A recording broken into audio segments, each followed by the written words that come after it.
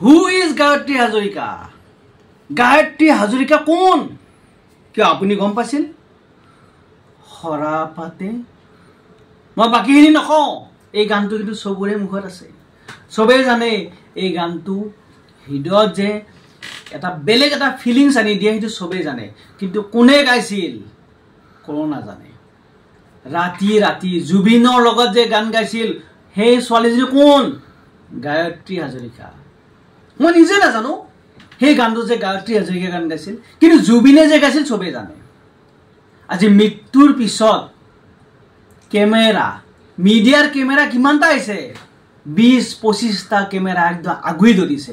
মৃত্যুৰ আগত তেওঁৰ কেইটা কেমেৰা আগুৰি ধৰিছিল?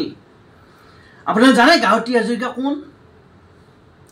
তেওঁৰ যে ইমান সুন্দৰ কণ্ঠ, আজি ইমান সুন্দৰ কণ্ঠ দি আমাৰ অসমত চাৰিওফালে গপ-গপাই আছে, সেইটো কথা কোনে জানে?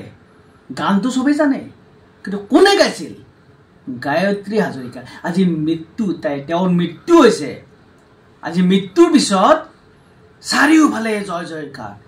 তেওঁ কিন্তু গমেই পোৱা নাই, তেওঁ এখন অজান পৃথিৱীত যাই শুই আছে।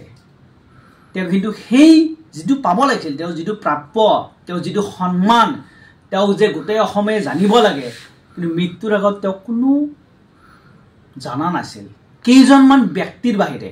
কিন্তু এতিয়া গায়ত্ৰী হাজৰিকা গোটেই অসমখনে জানে। ক'ত ভুল হৈ আছে? আমাৰ ক'ত ভুল হৈ আছে? আপুনি নিজে চিন্তা কৰক।